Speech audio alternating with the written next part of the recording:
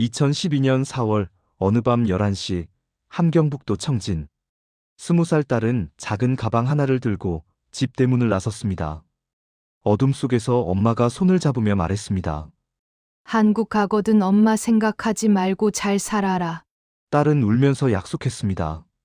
꼭 엄마를 데려올 거예요. 그날 밤 이후 9년간 이 약속은 지켜졌을까요? 여러분의 구독과 좋아요 하나하나가 숨겨진 북한의 진실을 세상에 알리는 힘이 됩니다. 2012년 봄, 제가 20살 때 엄마와 헤어졌습니다.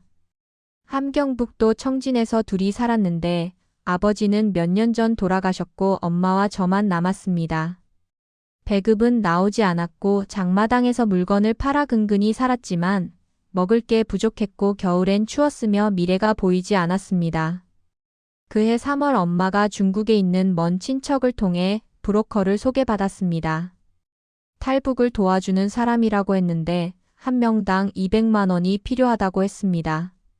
엄마는 몇 달 동안 돈을 모았지만 한 명분밖에 되지 않았습니다. 어느 날 저녁 엄마가 말했습니다. 너 혼자라도 가라고. 한국에 가면 살 수 있다고. 엄마는 늙었으니 네가 먼저 가라고 했습니다. 저는 거절했습니다. 엄마를 두고 어떻게 가냐고. 그럼 엄마가 가시라고. 저는 여기 남겠다고 말했습니다. 하지만 엄마는 고집을 꺾지 않았습니다. 넌 20살이고 인생이 남았는데 여기서 이렇게 살 수 없다고. 한국에 가면 공부도 하고 일도 할 수 있다고. 제발 가달라고 했습니다. 며칠 동안 실랑이를 했지만 결국 제가 졌습니다. 엄마가 매일 우는 모습을 보며 결심했습니다. 4월 어느 밤 브로커를 만나러 갔습니다. 엄마가 모아둔 돈을 건넸고 브로커는 오늘 밤 출발한다고 했습니다. 집으로 돌아와 작은 가방에 옷 몇 벌을 넣었는데 엄마는 부엌에서 주먹밥을 만들고 계셨습니다. 제가 먹으라고 싸주시는 거였는데 손이 떨리고 계셨습니다. 밤 11시쯤 집을 나섰습니다. 엄마가 대문까지 따라 나오셨는데 어둠 속에서 엄마 얼굴이 잘 보이지 않았습니다. 엄마가 제 손을 잡으며 말했습니다. 한국 가거든 엄마 생각하지 말고 잘 살라고. 그냥 건강하게만 살라고. 미안하다고 했습니다. 저는 울면서 대답했습니다. 제가 꼭 엄마를 데려올 거라고. 몇 년 걸리든 돈 모아서 엄마를 한국으로 모실 거라고 약속했습니다. 엄마는 고개를 저으며 그냥 잘 살라고만 했습니다. 브로커가 재촉했고 저는 엄마를 놓아야 했습니다. 뒤돌아보지 말라고 다짐했지만 몇 걸음 가다가 돌아봤는데 엄마가 대문 앞에 서서 저를 보고 계셨습니다. 손을 흔들었고 엄마도 손을 흔드셨습니다. 그게 마지막이었습니다. 두만강까지 3시간을 걸었습니다. 강은 얕았고 물이 차가웠지만 건널만 했습니다. 중국 쪽에 도착해 뒤를 돌아봤는데 북한 땅이 어둡게 보였습니다. 엄마가 저기 계시다고 생각하니 눈물이 났습니다. 브로커가 서두르라고 해서 따라갔지만 그날 밤 엄마 얼굴이 계속 떠올랐습니다. 중국에서 한 달을 숨어 지냈습니다. 조선족 집 지하실에서 다른 탈북자 2명과 함께 지냈는데 밖에 나갈 수 없었고 공안이 무서워서 숨죽이며 살았습니다. 5월 말 한국 대사관으로 가는 차에 탔고 베이징까지 이틀이 걸렸습니다. 대사관 문을 두드렸을 때 안도감에 다리에 힘이 풀렸습니다. 한 달 동안 조사를 받았습니다. 국정원 사람들이 어디서 왔는지, 왜 탈북했는지, 북한에 누가 있는지 물었고 솔직하게 대답했습니다. 엄마 얘기를 할 때마다 눈물이 났는데 조사관이 괜찮다며 휴지를 건넸습니다. 조사가 끝나고 2012년 7월 인천공항에 도착했습니다. 비행기에서 내려 한국 땅을 밟았을 때 엄마 생각이 났습니다. 하나원이라는 곳으로 갔습니다. 탈북자 적응 교육을 받는 곳이라고 했는데 석 달 동안 한국 생활에 대해 배웠습니다. 돈 쓰는 법, 지하철 타는 법, 은행 이용하는 법, 병원 가는 법 같은 것들이었습니다. 북한에서는 몰랐던 것들이 많았고 처음엔 어려웠지만 열심히 배웠습니다. 하나원에서 만난 사람들은 대부분 저보다 나이가 많았습니다. 30대, 40대 분들이 많았고 20살은 저밖에 없었습니다. 한 40대 여자분이 물었습니다. 부모님은 어떻게 됐냐고 혼자 왔냐고 했습니다. 엄마가 저를 보내셨다고 대답했더니 그분이 한숨을 쉬며 엄마 마음이 어땠을지 모르겠다고 했습니다. 10월에 하나원을 수료했습니다. 정착금으로 700만 원을 받았는데 통장에 찍힌 숫자를 보며 생각했습니다. 이 돈으로 엄마를 데려올 수 있을까요? 브로커 비용이 1,000만 원이라는 걸 알고 있었기 때문에 부족했습니다. 더 모아야 한다고 다짐했습니다. 사회복지사가 그룹홈을 소개해줬습니다. 탈북 청년들이 함께 사는 곳이라고 했는데 방 하나를 쓸 수 있고 보증금도 월세도 없다고 했습니다. 정부에서 지원하는 곳이었습니다.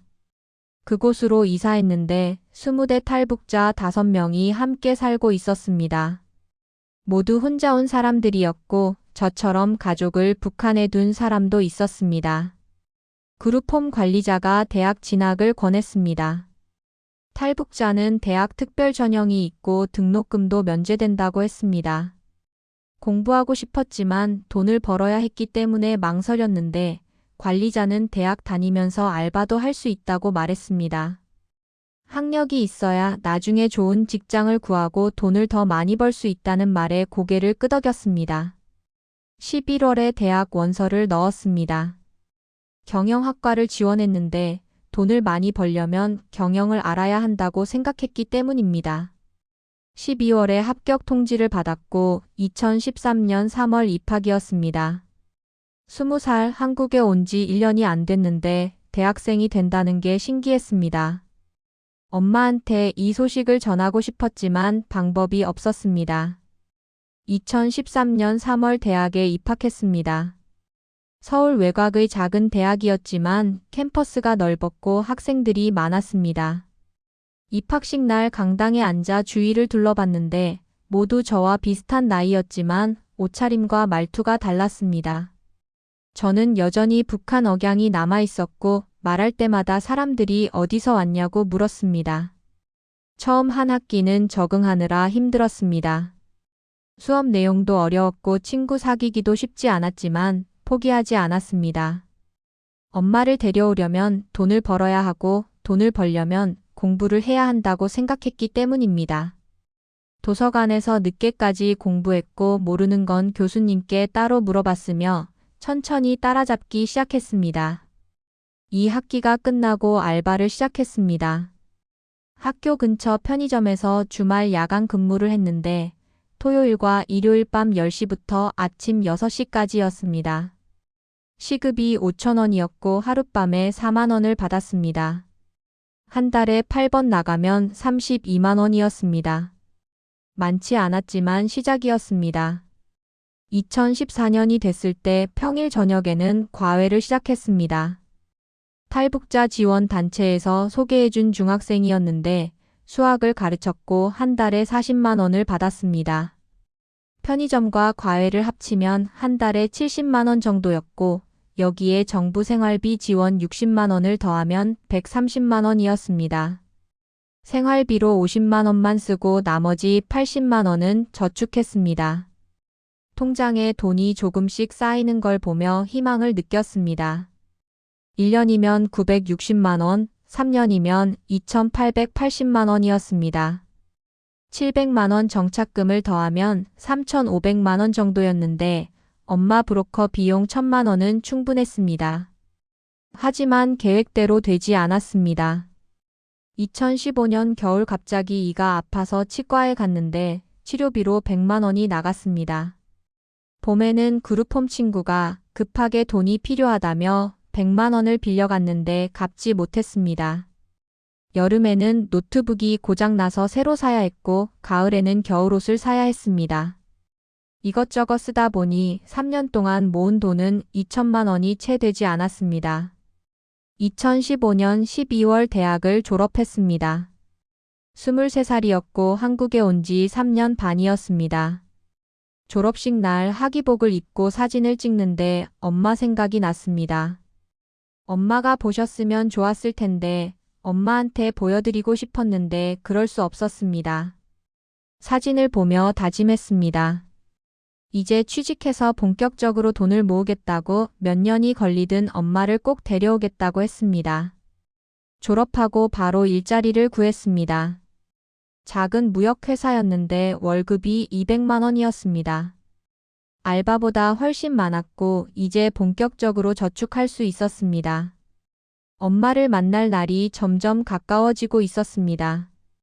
2016년 1월부터 회사 생활을 시작했습니다.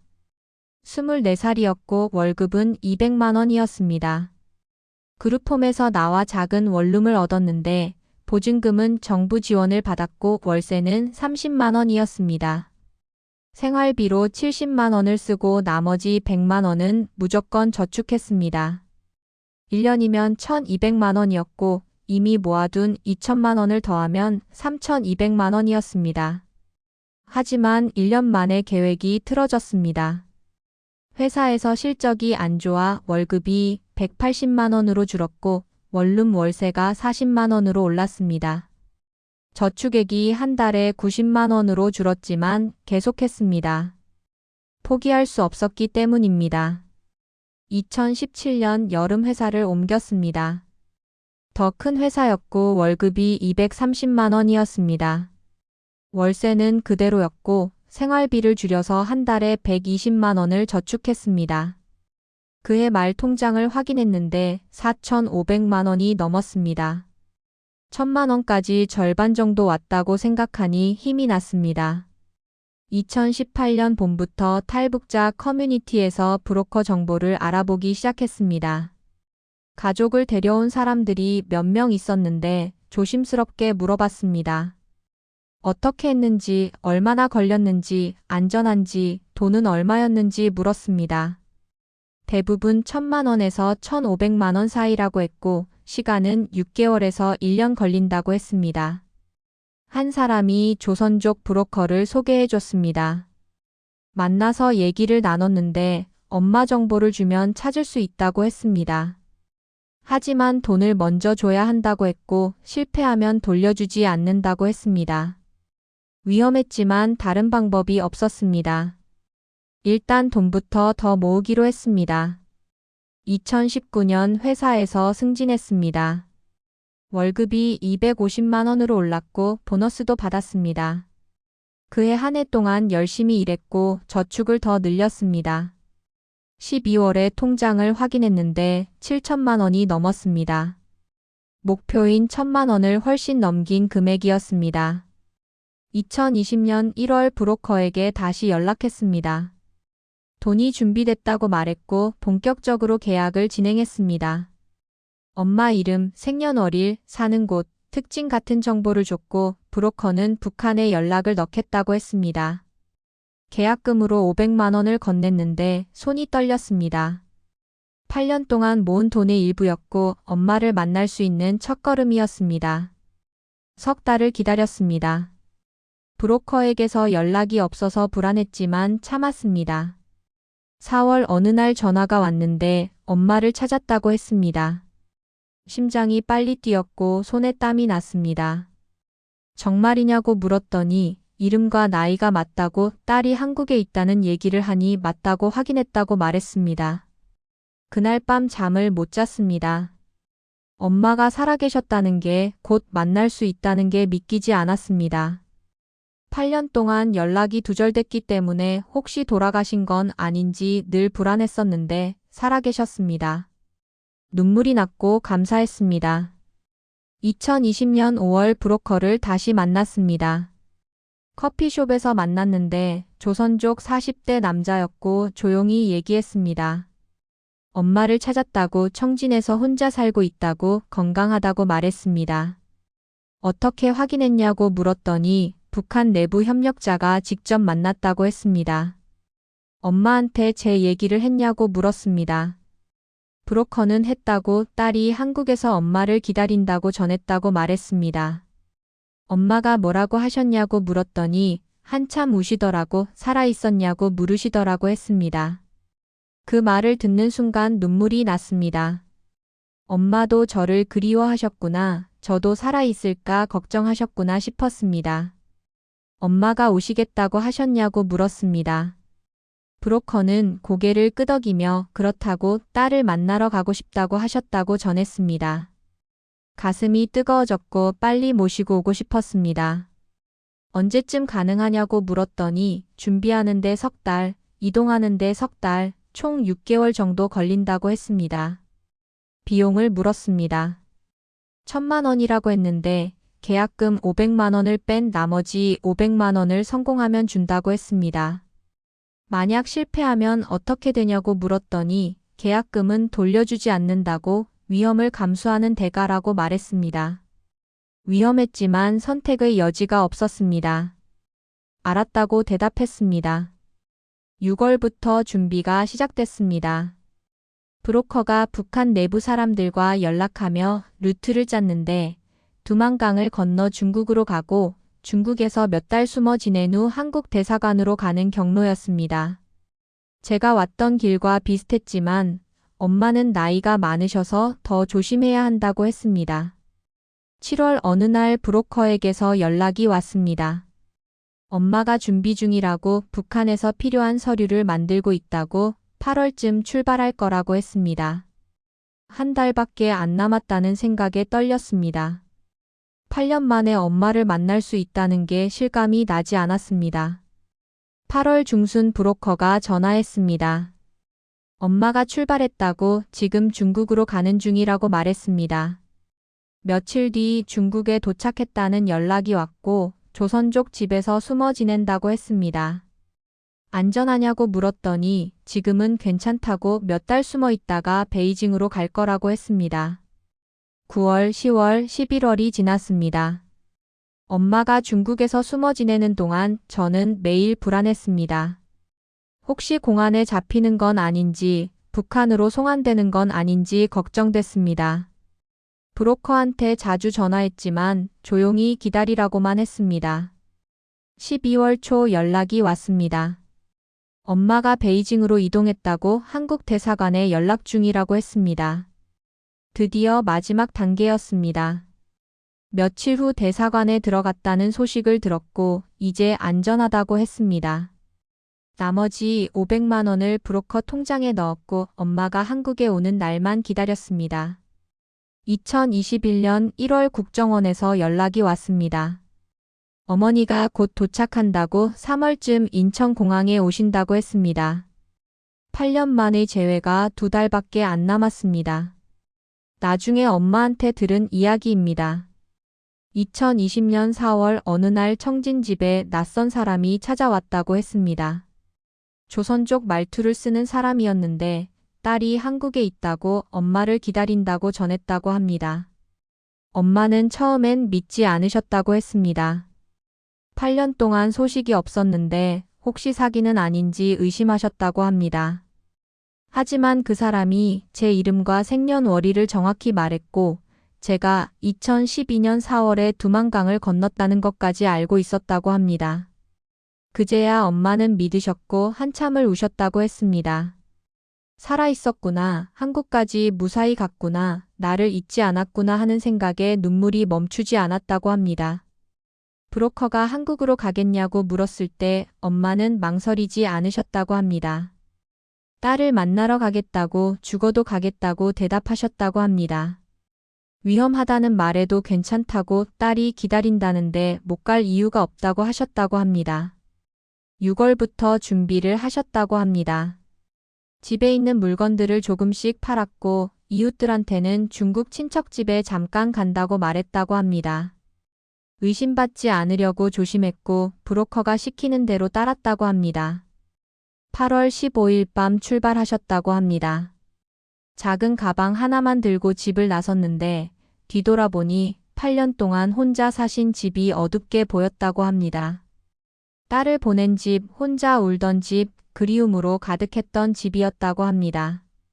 하지만 돌아보지 않고 걸었다고 이제 딸한테 가는 거라고 다짐했다고 합니다. 두만강까지 걸어가셨는데 59살 나이에 힘들었지만 참으셨다고 합니다. 강물이 차가웠고 무서웠지만 건너셨다고 합니다. 중국 땅에 도착했을 때 다리에 힘이 풀렸지만 브로커가 서두르라고 해서 따라갔다고 합니다. 중국 조선족 집 지하실에서 석 달을 숨어 지내셨다고 합니다. 밖에 나갈 수 없었고 공안이 무서워서 숨죽이며 사셨다고 합니다. 가끔 북한으로 돌아가고 싶었지만 딸 생각하며 버티셨다고 합니다. 12월 초 베이징으로 이동하셨다고 합니다. 기차로 이틀이 걸렸는데 중국 사람들 틈에 섞여서 조용히 앉아 계셨다고 합니다. 베이징역에 도착했을 때 도시가 너무 커서 놀라셨다고, 건물이 높고 사람이 많아서 무서웠다고 합니다. 한국 대사관 앞에 섰을 때 떨리셨다고 합니다. 문을 두드렸는데 경비가 나와서 탈북자라고 말하니 안으로 들어오라고 했다고 합니다. 들어가는 순간 안도감에 주저앉으셨다고, 이제 안전하다고, 곧 딸을 만난다고 생각하니 눈물이 났다고 합니다. 2달 동안 대사관에 머무셨다고 합니다. 조사도 받고 서류도 준비하며 기다리셨는데 매일 저를 생각하셨다고 합니다. 얼마나 컸을까, 어떻게 생겼을까, 건강할까 궁금한 게 많았다고 합니다. 2021년 3월 비행기 표가 나왔다고 연락받으셨다고 합니다. 드디어 한국에 간다고, 딸을 만난다고 생각하니 믿기지 않으셨다고 합니다. 2021년 3월 15일 월요일 오후 3시 국정원에서 전화가 왔습니다. 어머니가 오늘 도착한다고, 인천공항 오후 5시 비행기라고 알려줬습니다. 회사에 급히 연락해 조퇴하고 공항으로 달려갔습니다. 지하철을 타고 공항철도로 갈아타며 심장이 빨리 뛰었습니다. 8년 만에 엄마를 만난다는 게 실감이 나지 않았습니다. 공항에 4시 반쯤 도착했습니다. 국정원 직원이 기다리고 있었고 따라가니 특별 대기실이었습니다. 탈북자 가족들이 기다리는 곳이라고 했는데 저 말고도 몇 명이 더 있었습니다. 모두 긴장한 표정으로 도착 게이트를 바라보고 있었습니다. 5시가 됐습니다.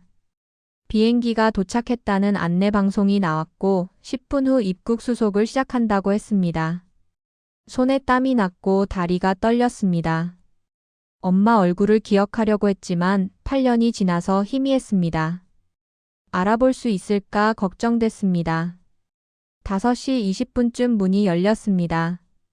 사람들이 하나둘씩 나오기 시작했는데 대부분 일반 승객들이었습니다. 국정원 직원이 조금 더 기다리라고 했고 탈북자들은 맨 마지막에 나온다고 말했습니다. 10분쯤 더 기다렸습니다. 그때 작은 가방을 든 사람이 나왔는데 국정원 직원이 옆에 있었습니다. 여자였고 60대쯤 보였으며 주위를 두리번거렸습니다. 그 순간 알았습니다. 엄마였습니다. 엄마도 저를 봤습니다. 눈이 마주쳤고 엄마가 멈춰 섰습니다. 표정이 굳었다가 무너졌고 눈물이 흘렀습니다. 저도 눈물이 났고 달려갔습니다. 엄마도 걸어오셨고 중간쯤에서 만났습니다. 껴안았습니다. 엄마가 저를 꼭 안으며 울었고 저도 엄마를 안으며 울었습니다. 말이 나오지 않았고 그냥 울기만 했습니다. 주위 사람들이 저희를 보고 있었지만 신경 쓰이지 않았습니다. 한참을 울고 나서 엄마가 제 얼굴을 보며 말했습니다. 많이 컸다고, 예뻐졌다고, 건강해 보인다고 했습니다. 목소리가 떨렸고 손으로 제 얼굴을 만지며 확인하셨습니다. 진짜냐고, 꿈은 아니냐고 물으셨습니다. 저도 엄마 얼굴을 봤습니다. 8년 전보다 늙으셨지만 엄마였습니다. 주름이 늘었고 머리에 흰머리가 많았지만 눈빛은 그대로였습니다. 제가 기억하는 엄마였습니다. 미안하다고 말씀하셨습니다. 혼자 보내서 미안하다고, 8년 동안 혼자 고생했다고, 엄마가 못나서 그랬다고 하셨습니다. 저는 고개를 저으며 아니라고, 엄마 덕분에 살았다고, 엄마가 보내주지 않았으면 저는 여기 없었을 거라고 말했습니다. 엄마가 또 우셨습니다. 이번엔 제가 엄마를 안아드렸습니다. 괜찮다고, 이제 함께 살 수 있다고, 다시는 헤어지지 않는다고 말했습니다. 엄마가 고개를 끄덕이며 그러자고, 이제 함께 살자고 하셨습니다. 국정원 직원이 다가와서 이동하자고 했습니다. 엄마 짐을 제가 들었고 엄마 손을 잡았습니다. 손이 거칠었지만 따뜻했습니다. 8년 만에 잡는 엄마 손이었습니다. 공항 밖으로 나왔습니다.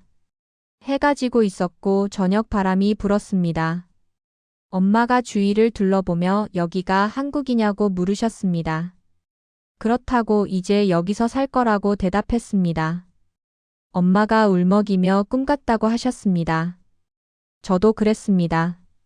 엄마는 석 달 동안 하나원에서 교육을 받았습니다.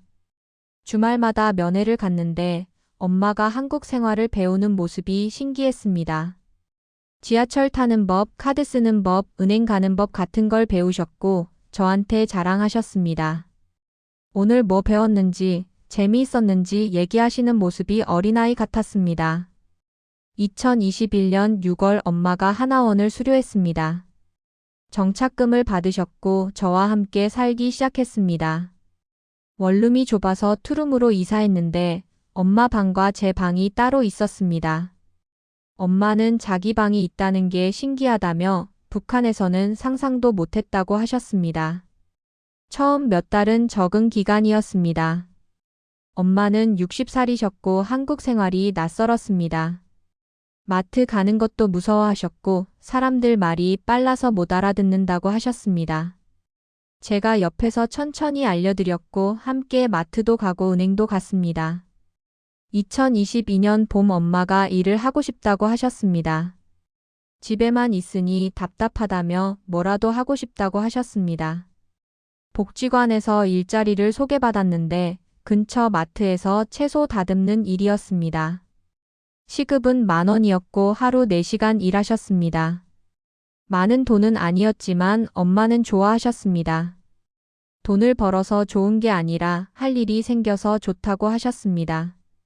저녁에는 함께 밥을 먹었습니다. 엄마가 북한 음식을 만들어 주셨는데 오랜만에 먹는 고향 맛이었습니다. 두부밥, 감자국, 강냉이밥 같은 걸 해주셨고 저는 맛있게 먹었습니다.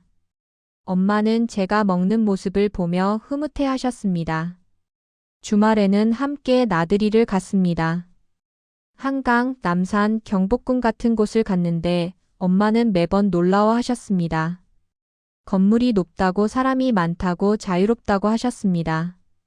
특히 경복궁에서 한복을 입은 사람들을 보셨을 때 감동하셨습니다. 같은 민족이구나, 같은 문화구나 하며 눈물을 흘리셨습니다. 2023년 제가 회사에서 또 승진했습니다. 과장이 됐고 월급이 300만 원으로 올랐습니다. 엄마한테 좋은 소식을 전했더니 축하한다며 기뻐하셨습니다. 그날 저녁 엄마가 말씀하셨습니다. 네가 나를 구했다고 2012년 내가 너를 보낸 게 최고의 결정이었다고 그리고 네가 나를 포기하지 않은 게 감사하다고 하셨습니다. 저는 아니라고 엄마가 먼저 저를 구했다고 엄마가 보내주지 않았으면 저는 여기 없었을 거라고 말했습니다. 엄마가 웃으며 우리가 서로를 구했다고 서로 덕분에 살았다고 하셨습니다. 2025년 엄마 건강검진을 받았습니다. 다행히 큰 문제는 없었지만 관절이 안 좋다고 했습니다. 북한에서 오래 고생해서 그렇다며 약을 처방받으셨습니다. 저는 엄마한테 일을 그만두시라고 했지만 엄마는 괜찮다며 계속 일하고 싶다고 하셨습니다. 지금은 2026년 1월입니다. 엄마는 66살이시고 저는 34살입니다. 엄마와 함께 산 지 5년이 됐습니다. 2012년 헤어진 후 9년 만에 만났고 그 후 5년을 함께 살았습니다. 가끔 북한 생각을 하십니다. 청진집, 이웃들, 옛날 기억들을 말씀하시는데 그리워하시는 것 같습니다. 하지만 후회는 안 하신다고 여기 와서 행복하다고 딸과 함께 살 수 있어서 감사하다고 하십니다. 저도 감사합니다. 엄마를 만날 수 있어서 함께 살 수 있어서 매일 엄마 얼굴을 볼 수 있어서 감사합니다. 2012년 그날 밤 엄마와 헤어질 때 약속했습니다. 꼭 다시 만나겠다고요. 그 약속을 지켰습니다.